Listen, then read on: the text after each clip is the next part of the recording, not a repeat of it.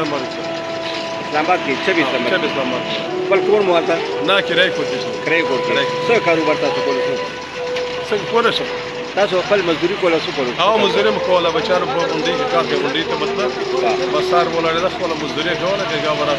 اوس تاسو روان شئ څنګه تاسو چا وی چې لاړ شئ نو په بزو شروع شي خامخا بس وځي نو یو ورځ ته وخت نه سره ځان به باسي منډې کې چې و منډې کې غاړي ولا ځای په ځای باندې اوس وځني پیسې اخستلې کارت راکړه چا سره وکړ نو په کارت سره هم بس کارت دې دې ته واچو نو کارت دې رسم یا هغه څه جوړ کړو کې دا خوش کیږي دا یو خبره ګوره د بدنامۍ نه ده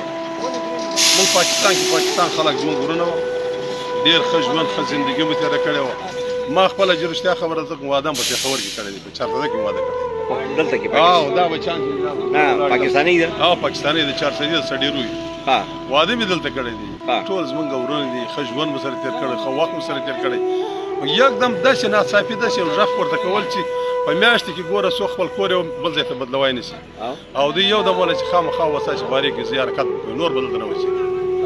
د 26 نه بیا خدای صاحب موږ ترنول ته رالو په ترنول کې بیا نه وسو بیا مجبور شو بس کډه شروع تاسو چې ما واده هم دلته چارسدې کړ تاسو وایي یا 3 کاله وشو نه دی بېرته ولاړ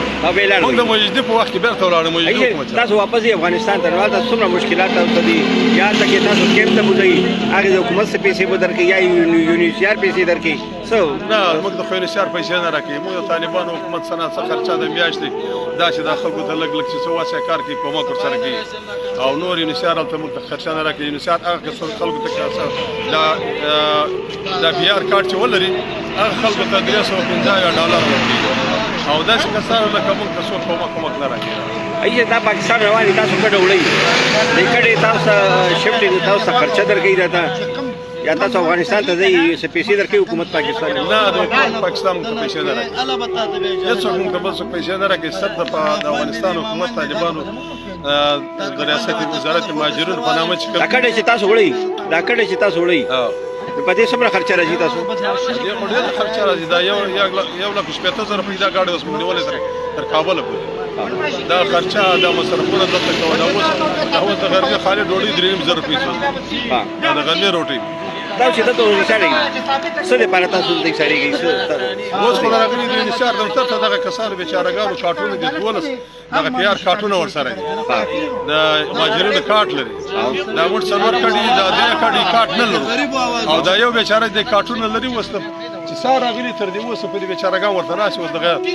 ورته ودرېږه په لیاد د خدای چې موږ څلور کډي په یو شریک راغلي دا زموږ دغه کار خلاص کړي چې موږ ولاړ شو بس ورته زه مړه دا ځکه به ته ټلیفون کړی وای او ټلیفون چې به هر څه کوي بیا اوچتوي نه دا اوس زما ټلیفون واخه لس زنګه د دې لمبر ته اوچتوي نه شو حاجي صاحب څنګه تاسو یو ځل حاجي شیر محمد ګرم کوته موږ حاجي شیر محمد د افغانستان دلته دی چې موږ ادم دلته په 400 کې کړی دی خو یې نه بعد به زه پاکستان افغانستان ته لاړم 3 کاله وشو چې زه بیا راغلم اوس زه بیا روان یم خپل کډه زه وړم افغانستان ته خو ما سره هېڅ قسم څه مدد چې دی دلته نه حکومتي سطح باندې دلته نه ما سره نه دی شوی او خپل روټۍ چې خورو نو 3,000 روپۍ مونږ په روټۍ مو خوړله او هلته چې لاړ شو افغانستان طالبان حکومت نه چې کوم موجوده حکومت دی هغوی نه مونږ دا توقع ده چې هغوی به مونږ سره کومک کوي هغه به کومک کوي انشاءالله ګران کوتل مونږ سره نور فیملي دي افغانستان مونږ به هغه بایګانو نه هم تپوس کوو چې هغوی روان دي خپل خوشحالي نه روان دي یا هغوی زبردستۍ باندې روان دي ښه په خوشحاله روان دي بس چې څوک یې نه پرېږدي د هر څه د خپل ملک بهتره دی زه وایم که چا باندې څومره سختي چې بیخي دغه سکوټرې پسې راولي کور یې ورته وران کړي هم ښه دا ده چې خپل ملک ته ولاړ شي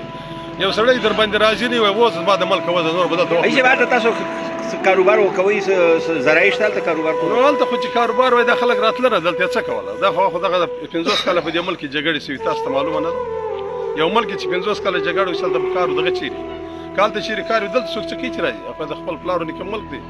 دغه د یوې شپې ژوند دلته د میاشتې ورته ښه دی ما د کاروبار لږه دغه دی کمزوري ده اوس ښه په خوشحالۍ روان دي خلک خوشحالۍ کې خفه دوی ورته وځي چې وځي نو بیا خو بهتره دا ده چې په خوشحالۍ ولاړ شي دا چې نه بې عزته شو موږ ته اخطار راکړی وای که د دغه 10 اخوا ته مو څوک ولیدل دلته که د چا په کور کې اوسېدل هغه به هم جریمه ورکوي که چا ضمانت کړی هغه به هم جریمه ورکوي خامخا او وځي به د 10 تا چا کور کې اوسېدی هغوی ته دوی چې به ځئ تاسو وځئ هغه مسلمان خو ډېر نیک سړی و خپله هم وظیفه هم درلوده زه خو ډېر ځلې خوشحاله یم ما دې وویله چې مشره وایي که زه